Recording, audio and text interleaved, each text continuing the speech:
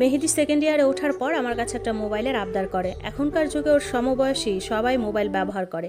আমি আর না করি নাই, ওরা একটা মোবাইল কিনে দেই। এই মোবাইল কেনার পর থেকে ছেলে আমার মহা বিজি। খেতে গেলে মোবাইল টিপে একটু পর পর বাহিরে যায়। বুঝলাম ছেলে মনে হয় কারো প্রেমে টেমে পড়ছে। ও ঘুমিয়ে থাকা অবস্থায় আমি ওর মোবাইল চেক দিই। দিয়ে দেখি ওর বড় ফুপুর মেয়ের সাথে ওর প্রেম আলাপ এবং সম্পর্ক বহুদূর এগিয়ে গিয়েছে। চ্যাটিংয়ে দেখলাম বাচ্চার নাম পর্যন্ত ঠিক করে ফেলেছে। আমার মাথায় হাত। আমি মেহেদিকে বুঝাই এবং বলি, বাবা তোমার এখন ভালো লাগার বয়স। তাই বলে ওর সাথে, বাবারে তোমাদের বাবা নেই মা নেই, আমি তোমাদের সব, আমি চাই তোমরা ভালো থাকো। বাবা একটা বয়সে গিয়ে একটা জীবনে গিয়ে তারপর এসব করো। আর তোমার এ বয়সে বন্ধু বান্ধব থাকতেই পারে। বাবা তুমি তোমার বড় ফুপুর মেয়ের সাথে এতটুকু সম্পর্কে যাওয়াতে আমি অনেক কষ্ট পেয়েছি। ওরা তোমাদের ক্ষতি চায় এবং তুমি তো জানো কিভাবে তোমার বাবার সম্পদ ওরা নিয়ে ফেলতে চায়। মেহেদি আমায় বলে আমি আর ওর সাথে কথা বলবো না। আমি বিষয়টা বিশ্বাস করি এবং তাকে অবজারভেশনে রাখি। তার বড় ফুপুর বাসা আসা একদম বন্ধ করে দেই।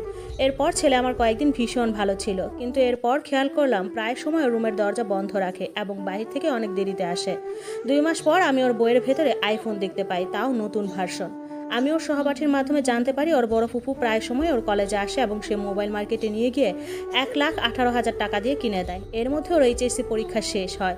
আমার ভাইকে বিষয়টা বলি এবং আমার ভাই রেগে গিয়ে ওরে কয়েকটা চড় দেয়। মোবাইলটা ভেঙে ফেলে। মেহেদি আর কিছু বলে না এবং কয়েকদিন ঠিক ছিল।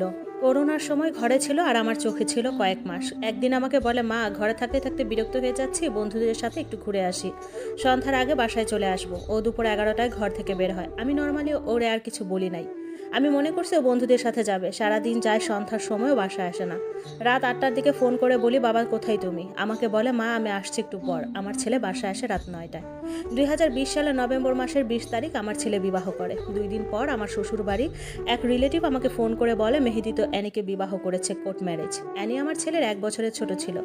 আমার মাথায় আকাশ ভেঙে পড়ে। কি বলে ও? সেদিন আমার ফিল হয়েছে আপুর সংসারটা আর আমি ধরে রাখতে পারলাম না। বাবুনি আমার ভাই ভাবিকে কল দেয়। ওরা আসে আর আমি অনেক অসুস্থ হয়ে যাই। আমাকে মেডিকেলে নিয়ে যায়, স্যালাইন দেওয়া হয়। আমার ভাই মেহেদিকে কল দেয়, মেহেদি নাম্বার অফ করে দেয়। এইচএসসির পর মেহেদি আর পড়েনি। আমরা কেউ আর মেহেদিকে বোঝাতে সক্ষম হইনি। 2021 সালে মেহেদি আসে। প্রায় কয়েক মাস পর আমি আমার ছেলেকে দেখি। মেহেদি এসে আমার কাছে ওর বাবার আর মায়ের টাকার ভাগ চায়, যেগুলো ব্যাংকে ছিল। তখন আমি মেহেদিকে বলি, তুমি তোমার মুরব্বি ও 10 জন নিয়ে আসিও, আর এলাকার কমিশনার অফিসে এসে সব হবে। সেদিন ও রুমের ওর প্রয়োজনীয় জিনিসপত্র নিয়ে ও আবার চলে যায়। 1 মাস পর আমার ছেলে মেহেদি আমার জন্য কমিশনার অফিসে বৈঠক ডাকে। আমি যাই এবং সমস্ত ব্যাংকের এবং সমস্ত কিছুর হিসাব এবং টাকা পয়সা নিয়ে। তারপর কমিশনার সব ভাগ করে দেয়। বাড়ির ভাগও চায়, অথচ বাড়িটা আমার নামে। এবার আমি রেগে গিয়ে জুতা নিয়ে উঠি এবং মেহেদিকে সবার সামনে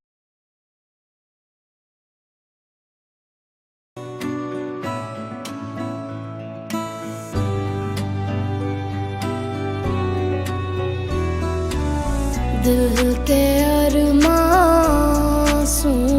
में बह गए।